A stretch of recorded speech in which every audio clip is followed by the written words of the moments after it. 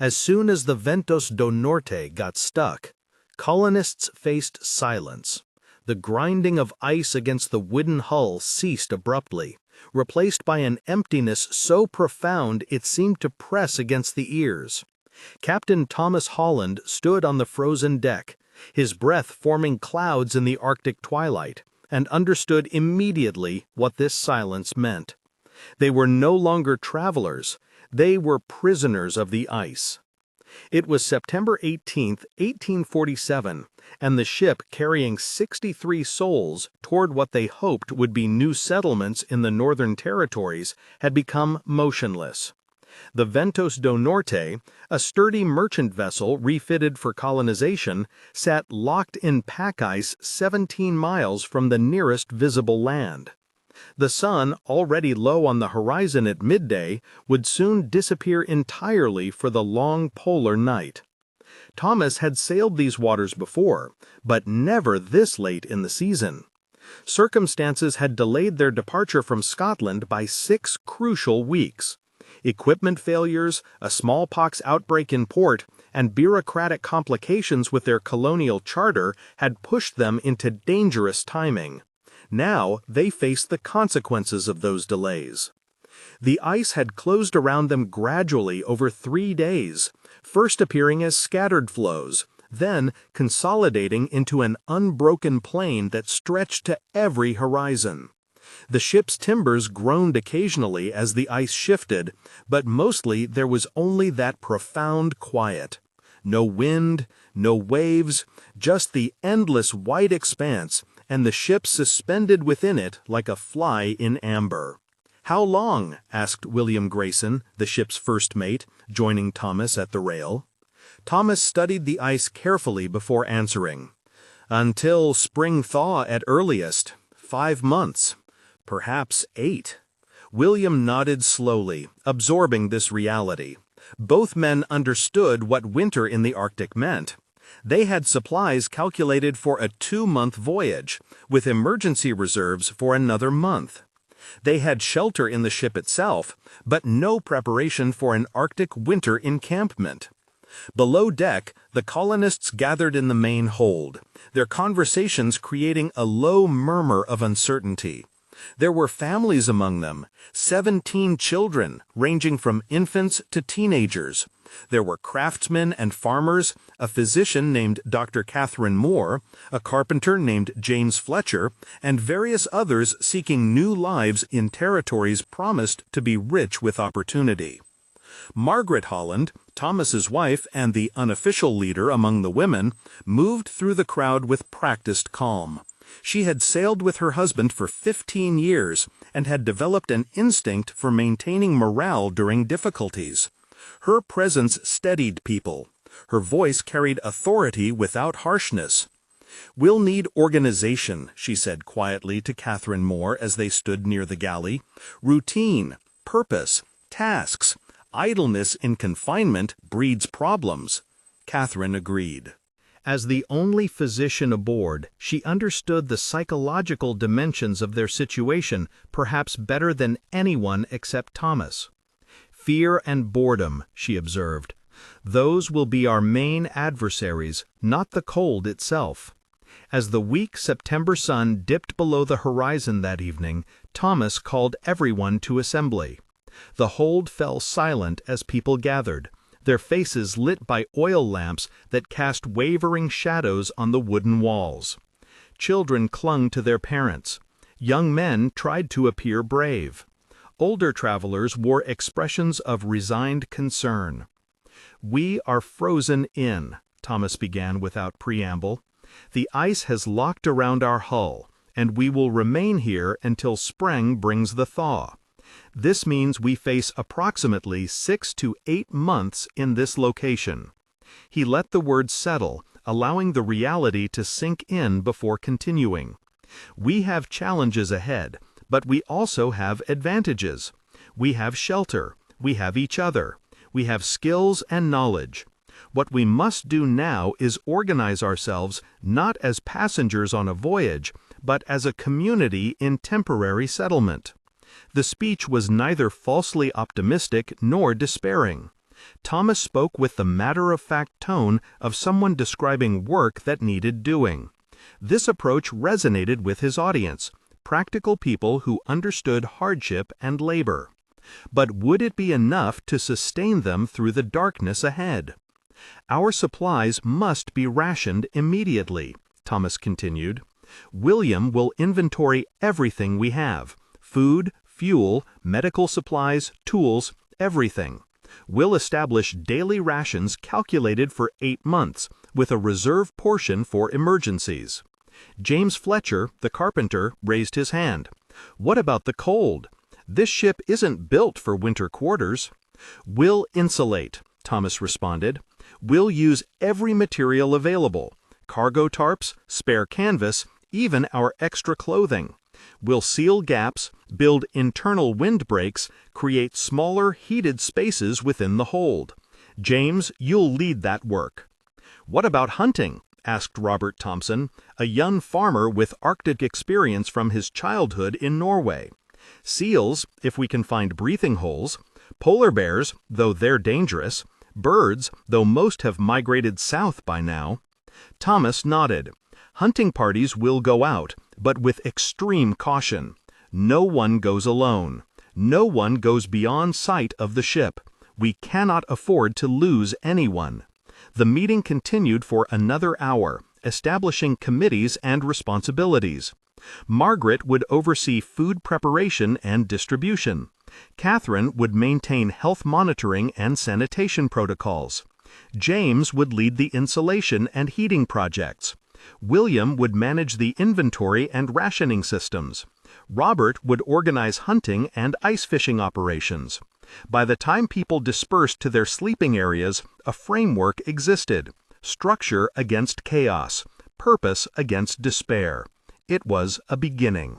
That first night, the temperature inside the hold remained tolerable thanks to body heat and the modest stove they kept burning. Outside, the thermometer Thomas had mounted on deck read -15 degrees Fahrenheit. It would get much colder. Thomas lay in his small captain's cabin, listening to the ice. It made sounds, subtle creaks and distant groans as the pack shifted microscopically. Margaret lay beside him, her breathing steady but her eyes open in the darkness. "Will we survive this?" she asked quietly. Thomas considered lying, offering false certainty, but their relationship was built on honesty. "I don't know," he admitted. "The odds are not in our favor, but they're not impossible either. Much will depend on luck, the severity of the winter, whether we can find food, whether disease takes hold. But much will also depend on us, on our choices, our discipline, our ability to remain human despite everything." Margaret was silent for a moment. "Then we make good choices," she said simply. The next morning arrived late, with only a dim twilight that would pass for day in the coming months. Thomas woke before dawn, though dawn was becoming a meaningless concept, and climbed to the deck. The world was transformed. Fresh snow had fallen during the night, covering everything in pristine white. The ship looked like a toy placed on a vast white table that extended to infinity in all directions. The silence remained absolute. No wind, no animal sounds, just the creaking of the ship's timbers and his own breathing. But then he noticed something that gave him pause. Tracks in the snow, circling the ship at a distance of perhaps 50 yards. Large tracks, polar bear tracks. The animal had investigated them during the night, assessing whether they represented food or threat or something else entirely. This discovery meant opportunity and danger in equal measure. The bear represented potential food, perhaps 300 pounds of meat, along with fat and hide. It also represented a predator perfectly adapted to this environment, capable of killing a human with a single strike of its massive paw. Thomas made a mental note to ensure no one ventured onto the ice alone, ever. Below, the ship was stirring to life. Margaret had already organized the morning meal, a modest porridge made with water and dried oats, supplemented with a small portion of salted pork. The rations were calculated precisely: 1,200 calories per adult per day, 800 for children. Barely enough to maintain body weight in normal conditions, potentially insufficient in extreme cold, where the body burned calories simply maintaining core temperature. "We'll need to supplement with hunting," Catherine observed as she accepted her portion. "These rations will lead to gradual starvation, especially for those doing heavy physical work." "I know," Margaret acknowledged. "Thomas has authorized hunting parties. Robert Thompson is organizing the first expedition today." The hunting party set out after breakfast. Robert, two young men named Peter and Edmund, and James Fletcher, whose carpentry skills made him adept with tools and could translate to weapons. They carried the ship's 3 rifles, knives, rope, and a hand-drawn sled for transporting any game they might find. Thomas watched them depart with strict instructions: stay within sight of the ship, return before the brief period of twilight faded, and under no circumstances approach a polar bear without all 4 men present and positioned safely. The hunting party moved across the ice cautiously, Robert leading based on his childhood memories of Arctic conditions. The ice was not smooth, but rather a chaotic landscape of pressure ridges where ice sheets had collided and buckled upward, creating walls and valleys in the frozen plain. "Look for seal breathing holes," Robert instructed. "They're circular, kept open by the seals from below. If we find one, we can wait for a seal to surface." But would they find anything in this frozen wasteland? The search took hours. The hunters walked in a wide circle around the ship, never letting it disappear from view. The temperature was perhaps -20 now, and despite their heavy clothing, layers of wool under canvas outer garments, the cold penetrated gradually, finding ways through every gap and opening. "There!" Edmund said suddenly, pointing. "A breathing hole, roughly 8 inches in diameter, with fresh water visible below the surface ice." Robert examined it carefully. "Recent," he confirmed. "A seal has been here within the hour." They established a watch, with 2 men positioned near the hole, while the other 2 maintained circulation by walking a short circuit.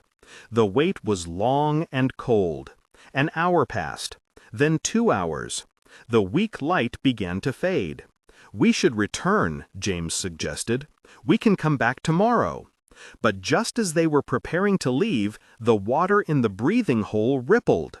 A dark shape rose from below. The seal's head broke the surface, its large eyes blinking in the dim light, its whiskers twitching as it scented the air. Robert, positioned nearest with his rifle ready, held his breath. The seal floated peacefully for a moment, breathing, unaware of the danger. Robert aimed carefully, knowing they would have only 1 shot before the animal dove and disappeared forever. The rifle shot cracked across the ice like thunder, shattering the silence. The seal jerked, thrashed briefly, and went still, floating in the breathing hole. Robert lunged forward with the rope, securing it around the animal's body before it could sink. "Quickly," he urged, "help me pull it out." Together, the 4 men hauled the seal onto the ice. A ringed seal, perhaps 120 pounds, its body still warm despite the freezing temperature. It was fortune beyond expectation. This meat would supplement their rations for weeks. They loaded the seal onto their sled and began the return journey to the ship, their spirits lifted by this success. But as they walked, a new concern emerged. The light was fading faster than anticipated, and in the gathering darkness, directions became uncertain. The ship, which had been clearly visible, now blended into the shadowy ice. "Northwest," Robert said firmly. "I marked our position by the stars when we came out." They walked for 20 minutes, then 30. The ship should have appeared by now. Had they misjudged the distance? Were they walking parallel to it rather than toward it? "Wait," James said. "Listen." They stopped. In the silence, they heard it. A faint ringing sound. Someone on the ship was striking the metal bell in steady intervals. Margaret, Thomas realized later, had initiated this protocol when she noticed the darkening sky and the hunting party's absence. The bell gave them direction. They adjusted their course, and within 10 minutes, the dark silhouette of the Ventos du Norte emerged from the gloom. Their return was greeted with relief and celebration. The seal represented not just food, but proof that survival was possible, that the ice was not completely barren. Catherine and Margaret immediately began processing the animal, working efficiently to harvest every usable part. The meat would be frozen naturally in a storage locker exposed to outside temperatures. The blubber would be rendered for oil, usable in lamps and as a supplement to cooking fat. The hide, though damaged by the bullet, would be cleaned and potentially used for waterproofing or insulation. That evening, the community gathered for a meal that included fresh seal meat. A small portion for each person, but enough to taste something beyond their dried rations. The flavor was strong, gamey, unfamiliar to most, but no one complained. It was food. It was hope. As October progressed, routines solidified. The days grew shorter, until by mid-month there was no real daylight, only a few hours of dim twilight at midday. The long polar night had begun. Thomas established a schedule that gave structure to the darkness. Wake at 8, breakfast at 9, morning work details from 10 to noon, midday meal, afternoon work and lessons from 2 to 4, free time until 6, evening meal at 7, group gathering for storytelling or music at 8, sleep by 10. The work details rotated among different necessary tasks. Insulation improvements, where James and his crew stuffed every gap in the hold's walls with layers of canvas and spare clothing, creating sealed spaces within spaces. Ice harvesting, where teams went out with saws and axes to cut blocks of frozen seawater to melt for drinking water. A laborious process, but necessary as their stored water supply would not last 8 months. Equipment maintenance, where everything from tools to clothing to the ship's rigging received regular inspection and repair. Hunting and fishing expeditions whenever conditions permitted. Catherine initiated daily health checks, monitoring for frostbite, malnutrition symptoms, and psychological distress. She maintained detailed records in a leather journal, noting each person's condition. Her training at Edinburgh Medical School had included some discussion of Arctic expeditions, particularly the Franklin expedition that had disappeared in these same waters just 2 years earlier. She remembered her professor's words, "In Arctic isolation, the mind fails before the body." To combat this, Margaret and Catherine together organized evening gatherings that served multiple purposes. They were entertainment, education, social bonding, and mental health maintenance all at once. Robert Thompson taught Arctic survival skills, how to identify dangerous ice conditions, how to construct emergency snow shelters, how to recognize and treat frostbite. His knowledge, learned during his Norwegian childhood, became invaluable curriculum. James Fletcher taught basic carpentry and toolcraft, showing how to make repairs with limited materials. A broken tool in Arctic isolation could be catastrophic. The ability to fix things was survival skill. Margaret organized the women and older children into a textile workshop, where they repaired and reinforced clothing, a never-ending task as the cold steadily wore down fabric.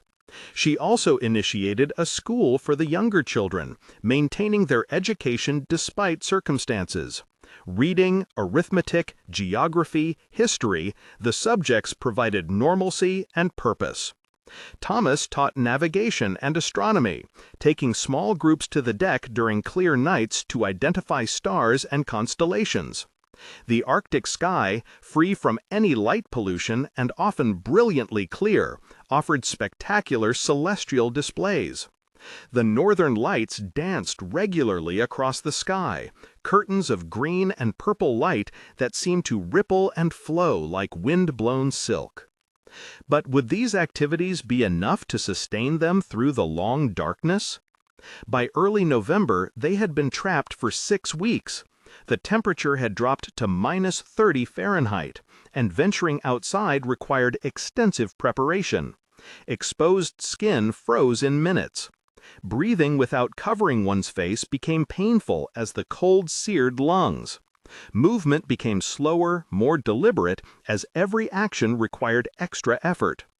The hunting parties had mixed success. They had taken 3 more seals, 1 Arctic fox, and caught a dozen fish through holes cut in the ice. The supplemental food helped, but it was not enough to eliminate the slow caloric deficit most people experienced. Physical changes became noticeable. People grew thinner, faces becoming gaunt.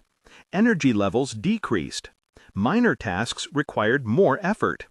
Catherine documented these changes clinically, knowing they reflected the gradual depletion of body reserves. More concerning were the psychological changes. Several people developed what Catherine recognized as seasonal affective disorder, a profound depression triggered by the absence of sunlight. A woman named Elizabeth Morgan withdrew into herself, speaking rarely, sleeping excessively. A young man named David Price became irritable and aggressive over minor disputes. Catherine treated these conditions as best she could with her limited resources. She prescribed mandatory time on deck during the twilight hours, ensuring people received what minimal light was available. She met privately with those showing symptoms, providing counseling and, in David's case, separation from situations that triggered his aggression. "The mind needs light," she explained to Margaret. "Without it, our brains cease producing the chemicals that regulate mood.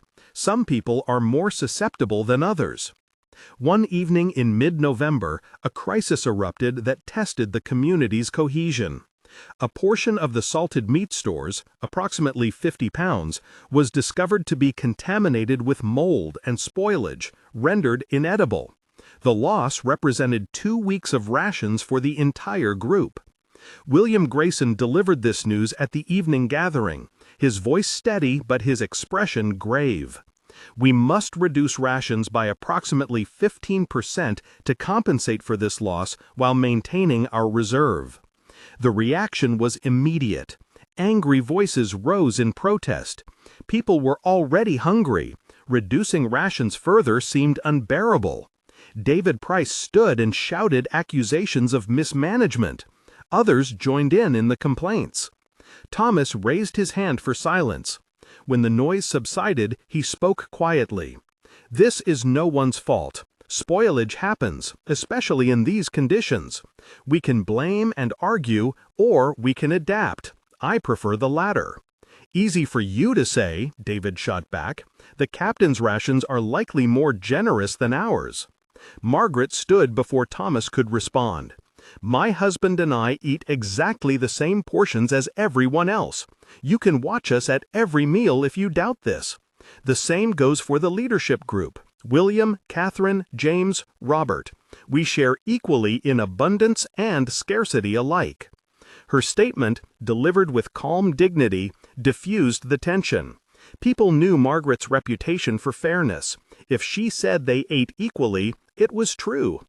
Catherine added, "The reduction is temporary. The hunting parties have been successful. As we become more practiced, we will catch more game. The reduction compensates for a loss, but it's not permanent." The evening ended without further incident, but Thomas recognized how close they had come to serious conflict. Hunger shortened tempers. Darkness compressed emotions. The combination was volatile. That night, lying in their cabin, Margaret said, "We're approaching a tipping point." "I know," Thomas replied. "If we face another significant setback, more spoiled food, a serious injury, failure to catch game for a week, people might break." Thomas stared at the cabin ceiling, barely visible in the darkness. Then we must prevent setbacks where possible and manage them carefully when they occur. But could they control fortune in this unforgiving environment? December brought the deepest darkness and coldest temperatures. At winter solstice, the sun did not even brush the horizon. There was no twilight, only unending night, broken occasionally by moonlight or aurora displays. The temperature dropped to -45 Fahrenheit, cold enough that exposed metal became dangerous to touch with bare skin, causing instant frostbite. The ship groaned constantly now under the pressure of the ice. The sounds were unnerving, loud cracks like rifle shots, deep moans like a creature in pain. James Fletcher monitored the hull daily, checking for any damage. So far, the Ventos do Norte held firm, but the pressure was immense and constant. Inside, the community had contracted into a smaller world. The entire ship was too large to heat effectively, so they sealed off sections, concentrating everyone in the main hold and a few adjacent spaces. The temperature inside these heated areas remained around 40 degrees Fahrenheit, cold enough to see breath, but survivable with proper clothing and huddling near the stove. The stove itself became a source of anxiety. They burned coal brought as ship's fuel, but supplies were limited. James calculated they had enough coal for another 3 months if carefully rationed. After that, they would need alternatives: wood from the ship's non-structural components, blubber from seals if they could catch enough, anything that would burn. Robert's hunting parties went out less frequently now. The extreme cold made extended exposure dangerous, and the darkness made navigation nearly impossible beyond immediate proximity to the ship. They focused instead on maintaining the fishing holes they had established, returning to them every few days to catch what they could. The fish were small, Arctic cod mostly, none larger than 12 inches, but every bit helped. Catherine introduced a rotation system where different families were responsible for fishing on different days, ensuring the task spread fairly and that everyone contributed to the supplemental food supply. The children struggled most visibly with the confinement and darkness. They grew restless, irritable, sometimes breaking into tears for no apparent reason. Margaret responded by organizing games and activities specifically for them. Indoor treasure hunts with small prizes, storytelling circles where each child contributed a part of a collective tale, simple crafts using available materials. One particularly memorable evening, she organized what she called a Summer Memory Festival. Each family was asked to share their happiest memory of summer, the sights, sounds, smells, feelings of warm weather and sunlight. The stories transported people temporarily away from the ice and darkness. A father described teaching his son to swim in a lake. A mother remembered picking strawberries in her garden. Children talked about running barefoot through grass, a sensation now almost impossible to recall in this frozen world. The exercise served multiple purposes. It lifted spirits temporarily. It reminded people that this darkness was not permanent, that summer existed and would come again. And it reinforced social bonds as people shared personal memories and vulnerabilities. But Thomas noticed something concerning. Some people were having difficulty recalling these memories clearly. The darkness and isolation were affecting cognition, making it harder to access clear memories of the past. Catherine confirmed his observation. Memory formation and recall require certain neurological conditions, she explained. Extended darkness, stress, malnutrition, these all impact brain function. Some memory degradation is inevitable under these circumstances. How do we counteract it? Thomas asked. Stimulation, novel experiences, even small ones, learning new skills, social interaction, anything that keeps the mind active and engaged. Taking this advice, Thomas initiated new evening programs. He started teaching interested crew members basic Portuguese, working from a grammar book he had in his personal library. James taught more advanced carpentry techniques. Catherine offered basic first aid instruction. Margaret taught bread making, adapting her recipes to their limited ingredients. These lessons served Catherine's prescribed purpose. They were novel, engaging, mentally stimulating. They also built skills that might prove useful, and they passed time in productive ways. Christmas approached, marked only by calendar since there was no change in the unending darkness. The community decided to celebrate despite circumstances. Decorations were fashioned from scraps, paper chains made from their precious stock of paper, carved wooden ornaments made by James and his apprentices, drawings made by the children. Margaret organized a special meal, using a small portion of their reserves to make the day feel different from the monotonous succession of identical days. There was extra seal meat, a rare portion of preserved fruit, and even a small sweet cake made by combining their meager sugar ration with seal fat. Not delicious by normal standards, but under these circumstances, it tasted like luxury. Thomas read the Christmas story from the ship's Bible, his voice carrying clearly in the quiet hold. The story of birth and hope felt appropriate for their circumstances. They too waited in darkness for light to return. After the meal, spontaneous singing began. Carols like first, then folk songs, then sea shanties. The music filled the hold, and for a few hours, the isolation felt less oppressive. People smiled. Children laughed. Hope, that fragile emotion, flickered stronger. But as the singing concluded and people prepared for sleep, reality reasserted itself. They were still trapped, still in darkness, still facing months more of this existence. Christmas had provided temporary reprieve, but it had not changed their fundamental situation. January arrived, bringing no immediate change except even colder temperatures. -50 became normal. -60 was reached on several days, cold enough that simply breathing felt dangerous. The hunting parties ceased entirely. Going outside became limited to essential tasks only: emptying waste, checking critical equipment, harvesting ice for water. The confinement grew more difficult. 63 people in a small space, day after day, week after week. Tensions increased. Arguments erupted over trivial matters. Someone taking more than their fair share at meals, someone being too loud, someone not doing their work share. Thomas and Margaret mediated these disputes constantly. Some were easily resolved, others festered.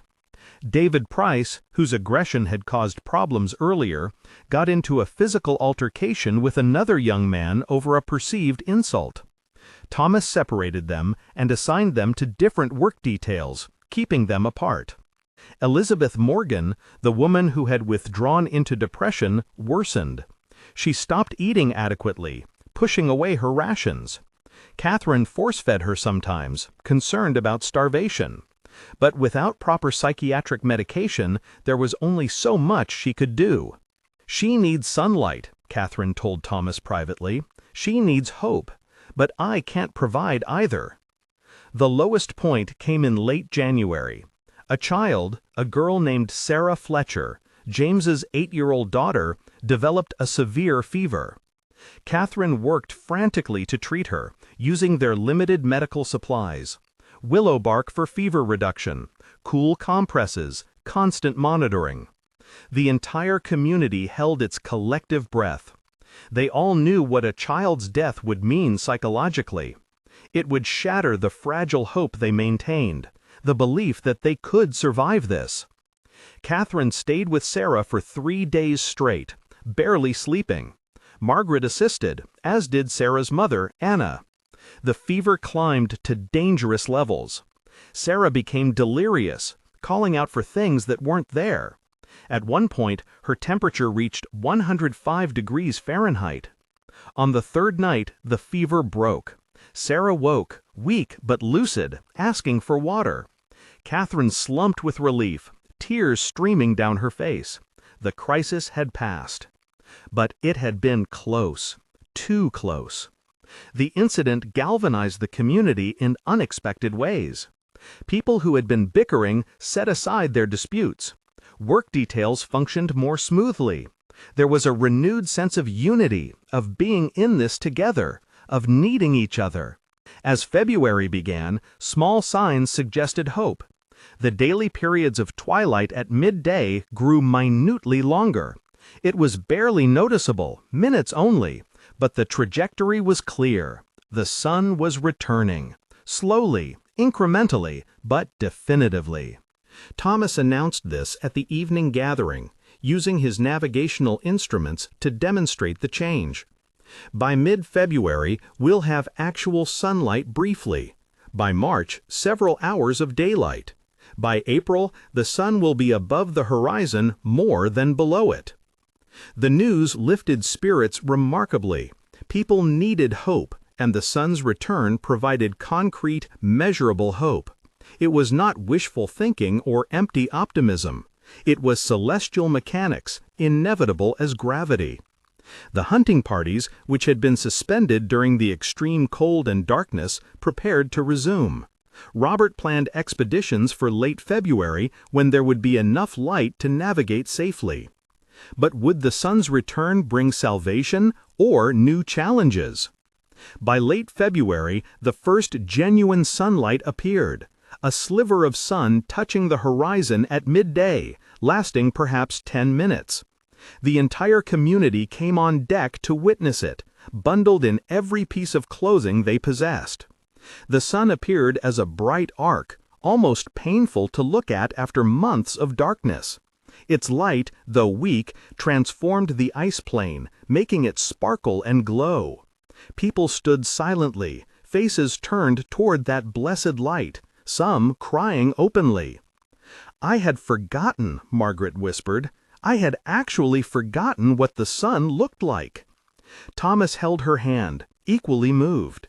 The sun was not just light. It was confirmation that the world still turned, that seasons still changed, that nature's cycles continued regardless of their small human struggles. The return of light energized everyone.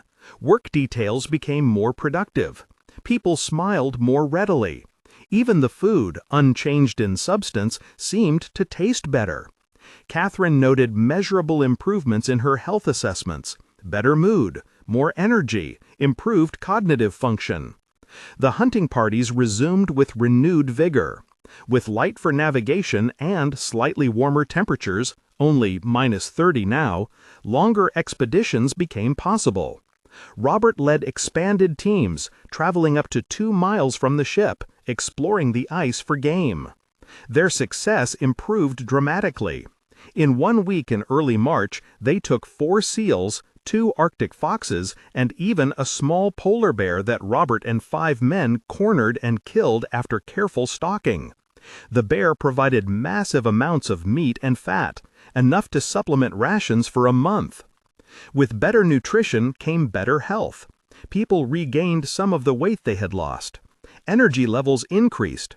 The mood in the hold shifted from grim endurance to cautious optimism. But the ice showed no signs of breaking. The ship remained locked solid. Thomas studied the ice conditions daily, looking for any indication of thaw, any leads or cracks that might suggest movement. There was nothing. The ice appeared as solid in March as it had been in December. "When will it thaw?" people asked him constantly. "Late May at earliest," he replied honestly. "Possibly June. Possibly not until July." The wait continued, but with light returning and food more plentiful, it became more bearable. April brought genuine spring weather, temperatures rising above zero, actual warmth in the sun's rays, daylight extending to 12 hours, then 14, then 16. The transformation of the environment was remarkable. The monochromatic white landscape developed shades and textures. Snow took on different colors at different times of day: blue in shadows, golden at sunrise, pink at sunset. The ice itself revealed complexity. Some areas smooth as glass, others textured and rough. Still others buckled into fantastic shapes by pressure. Wildlife appeared. Arctic terns returned from their southern migrations, their calls breaking the silence for the first time in months. Seals became more numerous and easier to find. A family of Arctic foxes took up residence near the ship, scavenging scraps and providing occasional targets for hunting parties. The children, who had been pale and listless during the winter, transformed back into energetic young beings. They played on the ice near the ship under careful supervision, building snow forts, having snowball fights, experiencing childhood joy again after months of darkness-enforced indoor confinement. Margaret and Anna Fletcher organized what they called Spring School, taking advantage of the longer days to teach children outside. Lessons in natural history using the actual environment, identifying birds, tracking animals, understanding ice formation. The education was experiential, memorable, valuable. But underneath the optimism, Thomas harbored concern. May arrived, and the ice remained solid. He measured the temperature daily, noting that while air temperature was rising, the ice itself, several feet thick, was not melting appreciably. The sun warmed the surface, creating thin layers of meltwater, but these froze again overnight. The deep ice remained unchanged. By late May, people began asking difficult questions again. When, they wanted to know. How long? Thomas provided his best estimates based on his Arctic knowledge, but he could not give certainty. Ice breakup was unpredictable, depending on variables he could not calculate. Ocean currents beneath the ice, exact ice thickness, atmospheric conditions over coming weeks. "We wait," he told them.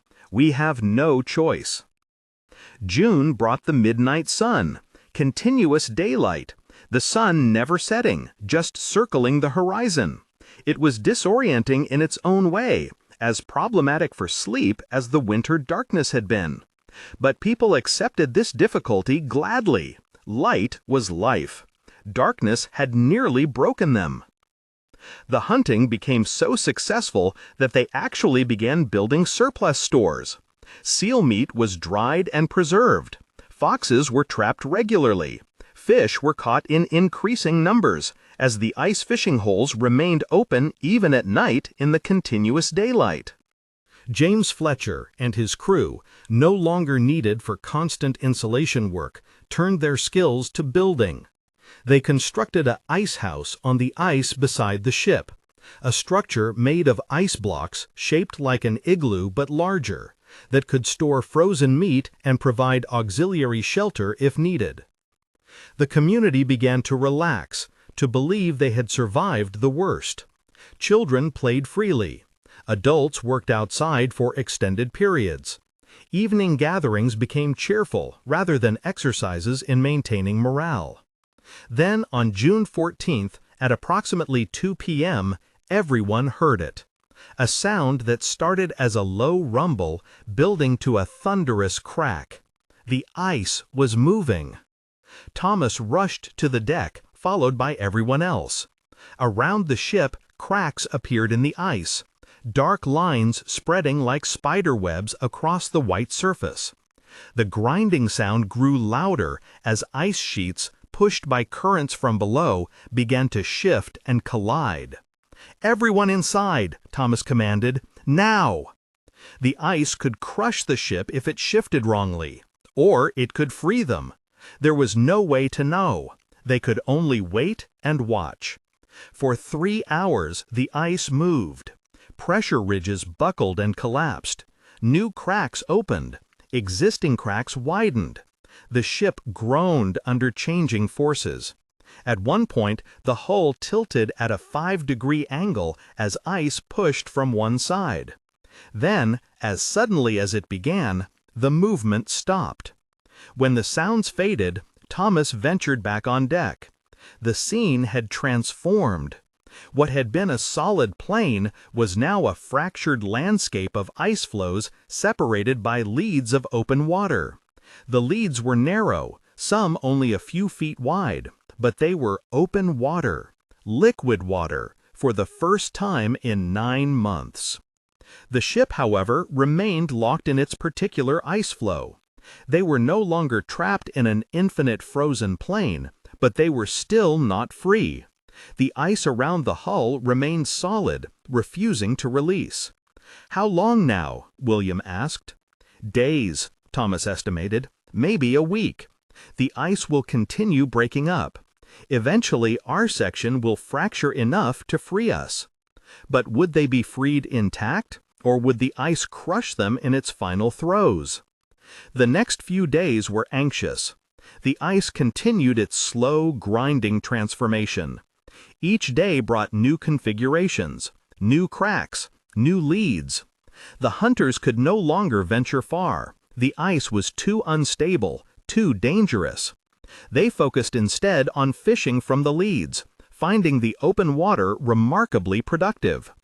On June 19th, 9 months and 1 day after they had become trapped, the ice finally released the Ventos do Norte. It happened without drama. The floe surrounding them simply split, and suddenly the ship was floating in open water, surrounded by ice floes, but no longer held by them. The cheer that went up could probably be heard for miles. People embraced, cried, laughed. Children danced on the deck. The ordeal was over. They had survived. Thomas allowed the celebration for an hour, then called everyone to order. "We're free of the ice, but we're not safe yet. We need to navigate through the leads, find our way to open water. It could take days or weeks. Everyone needs to remain alert and follow instructions." The navigation was tricky. The ice floes constantly shifted, opening and closing leads. Several times they had to wait hours for a passage to clear. But slowly, methodically, they made progress. Thomas used every bit of his sailing skill, combined with advice from Robert, who understood ice navigation, to thread through the maze. On June 23rd, they reached truly open water, an expanse of ocean free from ice, stretching to the horizon. The Ventos do Norte raised sail for the first time in 9 months. The canvas caught the wind. The ship began to move under its own power, responding to the helm. Thomas set a course southeast, toward the settled regions they had been attempting to reach 9 months earlier. The journey would still take weeks, but it was possible now. The ice no longer held them prisoner. That evening, as the ship sailed through calm seas under the midnight sun, Thomas held another gathering. "We survived," he said simply. 63 people entered the ice last September. 63 people are leaving it now. We lost no one. We maintained our humanity. We worked together. We should be proud." Margaret added, "We learned something valuable. We learned that we are capable of more than we imagined. We faced darkness, cold, hunger, and confinement. We faced our own fears and weaknesses. And we survived, not just physically, but as a community." Catherine stood to speak. "I documented our experience medically and psychologically. When we reach port, I intend to publish our story, not for glory, but for knowledge. Other expeditions will face similar circumstances. Our experiences, our solutions, our mistakes, all of it could help others survive." The gathering concluded with singing, the same carols and folk songs they had sung at Christmas, but now with different emotion. Not desperate hope, but earned joy. Not clinging to light in darkness, but celebrating in light. Over the following weeks, as they sailed toward civilization, life aboard the Ventos do Norte gradually returned to normal voyage routines. Children attended regular school. Adults performed ship's duties. Meals improved as they used stored provisions freely rather than rationing desperately. But the experience had changed them. They were quieter, more thoughtful. They appreciated simple things, warm food, comfortable sleep, human conversation, in ways they never had before. They had been transformed by the ice. On July 12, 1848, the Ventos do Norte entered the harbor of a small coastal settlement in what would eventually become Alaska. The colonists had reached their destination, 9 months late, but intact. Thomas stood at the rail, watching the settlement come into view. Margaret joined him, as she had so many times throughout their ordeal. "Would you do it again?" she asked. "Knowing what we know now, would you make that voyage?" Thomas considered carefully. "The voyage, yes. The timing, no. We should never have left port so late in the season. That was our mistake, and we paid for it with 9 months of our lives. But we survived. We did, and that means something." The colonists disembarked over the following days, beginning the new lives they had originally sought. Many stayed together, building a community based on the bonds forged during their ice captivity. Others dispersed, seeking different opportunities, but all carried the experience with them, a shared history that had shaped them profoundly. Thomas remained as a ship's captain, but he never again sailed Arctic waters late in the season. His experience aboard the ice-trapped Ventos do Norte became his most valuable credential, sought out by other captains planning northern expeditions. He consulted, advised, and taught, helping others avoid his mistakes.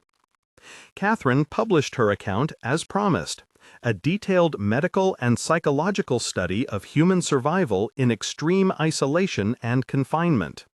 Her work became required reading for Arctic explorers and, later, for other situations requiring long-term group survival: submarines, space missions, and Arctic research stations.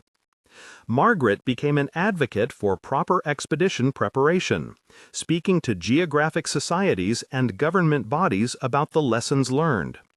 Her practical knowledge of food preservation, rationing, and morale maintenance proved invaluable to future expeditions. Robert Thompson continued as an Arctic guide, his childhood knowledge combined with survival experience making him highly valued. He led numerous successful expeditions, always emphasizing preparation, caution, and respect for the environment. James Fletcher opened a carpentry business in the new settlement, specializing in cold-weather construction techniques. His designs for insulated structures became standard in the region. The children who had survived the ice experience grew into adults with unique perspectives. They had learned resilience in ways their peers could not imagine.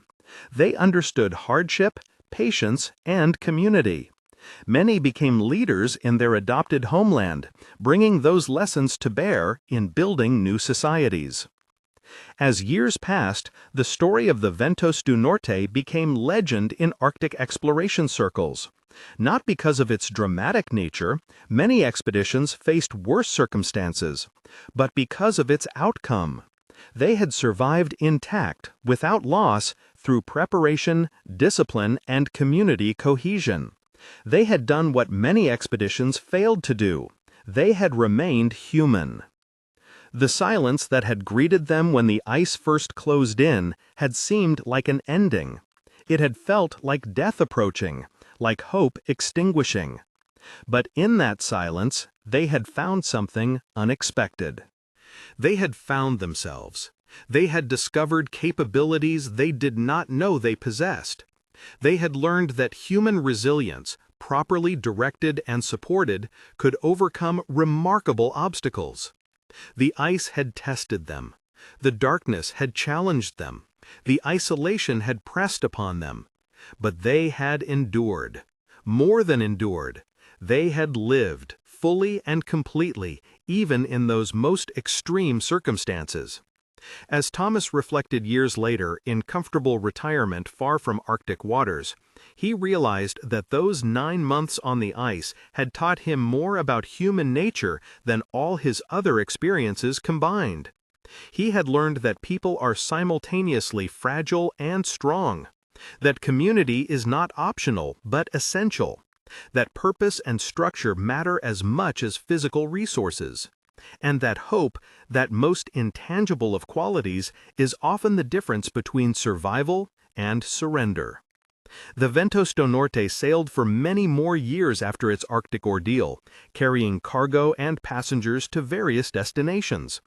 But it was always known as the ship that survived the ice, and Thomas never forgot the lessons it had taught him.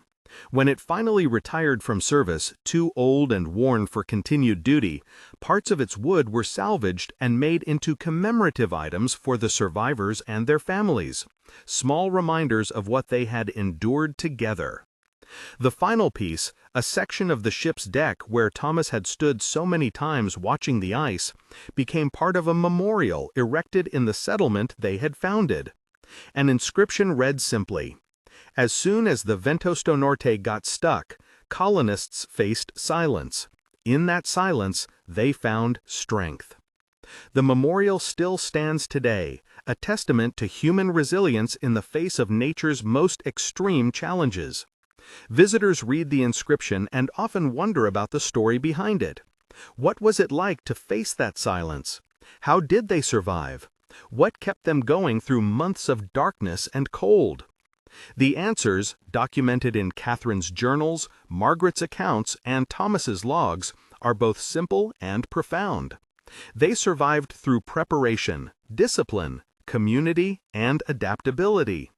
They survived by maintaining their humanity even when circumstances tried to strip it away. They survived by helping each other, by finding purpose in small tasks, by maintaining hope when despair seemed more logical. They survived because they refused to surrender to the silence. They filled it instead with work, with learning, with music, with stories, with human connection. They transformed the silence from an enemy into a canvas, and they painted their survival upon it through sheer determination and collective will. In the end, the ice that had trapped them also taught them. The darkness that had threatened them also revealed inner strengths they had never needed to access before. The silence that had initially terrified them became, by the end, a familiar presence. Not welcome, perhaps, but understood, accepted, even respected. When old now, in the twilight of his life, Thomas was asked what single factor was most important in their survival, he did not mention preparation, or skills, or leadership. He said simply, "We remembered that we were human. We held on to that truth when everything else was stripped away. We maintained our dignity, our compassion, our bonds with each other. The ice could trap our ship, but it could not freeze our humanity." That was the difference between survival and tragedy. If you enjoyed this story of survival, resilience, and the human spirit facing nature's ultimate challenge, please subscribe to our channel for more stories like this. Hit the bell icon to be notified when we share more tales of courage, endurance, and hope in the face of extraordinary circumstances. Thank you for listening, and may you never face such trials, but if you do, may you find the same strength these colonists discovered in the silence of the Arctic ice.